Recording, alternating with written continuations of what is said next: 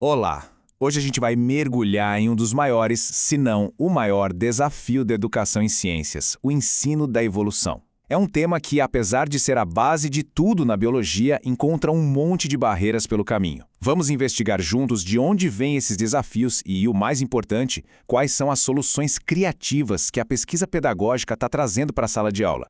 Para a comunidade científica, a história é clara, não tem discussão. A evolução é a espinha dorsal que conecta absolutamente todas as áreas da biologia. É a ideia que faz a imensa diversidade da vida ter algum sentido. E é aqui que mora o grande paradoxo que a gente vai tentar desvendar hoje. Se a evolução é o pilar da biologia, por que afinal ela gera tanta resistência, tanta dificuldade, tanto para quem está ensinando, quanto para quem está tentando aprender? Ok, vamos começar a cavar fundo nisso. A primeira coisa que a gente precisa entender é que a rejeição à evolução é um fenômeno bem mais complexo do que parece. Não dá para resumir a uma única causa, como muita gente pensa. A pesquisa mostra que existem 4 grandes fatores que influenciam essa aceitação.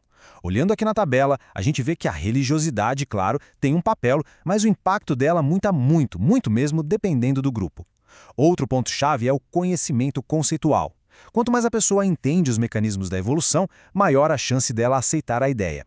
A identidade cultural também pesa, a resistência pode aparecer quando a evolução parece uma ameaça à forma como a pessoa vê o mundo. Mas o mais curioso, o fator que muitas vezes se mostra o mais decisivo de todos, é o próximo. Então, o pulo do gato é este aqui. Mais do que qualquer outra coisa, o que realmente faz a diferença é entender o que é ciência. Como ela funciona, quais são seus limites, seus métodos. Essa é a verdadeira chave para aceitar a evolução. É uma mudança de perspectiva fundamental. Agora, vamos trazer essa conversa para dentro da escola. Porque, mesmo quando todo mundo está disposto a aprender, existem barreiras gigantes, tanto na estrutura quanto nos conceitos, que aparecem no meio do caminho. E se liga nesse dado porque ele é chocante. Um estudo feito lá em 1997, em Brasília, mostrou que quase metade dos professores de biologia tinham ideias lamarquistas. Sabe, aquelas ideias que são mais intuitivas, mas que a ciência já mostrou que não são corretas. Isso revela que o problema, muitas vezes, começa na própria formação de quem ensina. O interessante de olhar para essa comparação é ver como essas ideias são diferentes. A visão lamarquista, que é a mais intuitiva, enxerga a evolução como uma escada, um progresso. O indivíduo se esforça, melhora e passa essa melhoria para frente. Já a visão científica, a darwiniana, essa é bem outra história. A evolução não tem uma direção, não tem um objetivo. As mudanças acontecem na população, por meio da variação e da sobrevivência dos mais adaptados. E para completar o cenário, a própria organização do currículo escolar muitas vezes atrapalha. Ao deixar a evolução lá para o finalzinho do ensino médio, ela acaba virando só mais um tópico na lista, e não o fio condutor que deveria amarrar toda a biologia desde o começo. Mas calma, nem tudo é problema. A pesquisa em pedagogia tem criado ferramentas simplesmente incríveis para superar essas barreiras.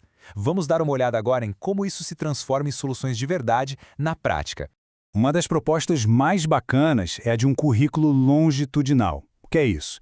Em vez de um bloco único de conteúdo no fim de tudo, a ideia é ir construindo o conhecimento aos poucos, desde cedo. Começa com o básico, sabe? Reprodução, a ideia de que filhos se parecem com os pais.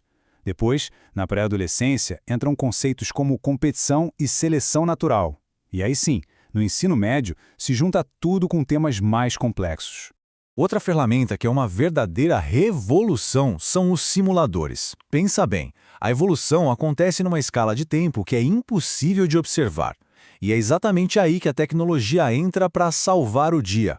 Com os simuladores, a mágica acontece na tela. Dá para visualizar a população mudando com o passar das gerações. Dá para mexer nas variáveis. E se tiver menos comida? E se aparecer um predador? E se surgir uma mutação nova? A gente consegue observar em tempo real a seleção natural acontecendo. Aquele conceito super abstrato vira algo concreto, visível. E além da tecnologia, tem a psicologia da aprendizagem. A epistemologia genética, do famoso Jean Piaget, diz uma coisa muito simples. Ninguém aprende de forma passiva, só recebendo informação. O conhecimento é construído. E uma das melhores formas de construir conhecimento é brincando. E essa ideia mostra de forma brilhante por que os jogos funcionam tão bem. Eles criam um círculo mágico, um ambiente seguro para testar ideias sem medo de errar. Aí, o jogo lança um desafio que causa um desequilíbrio cognitivo.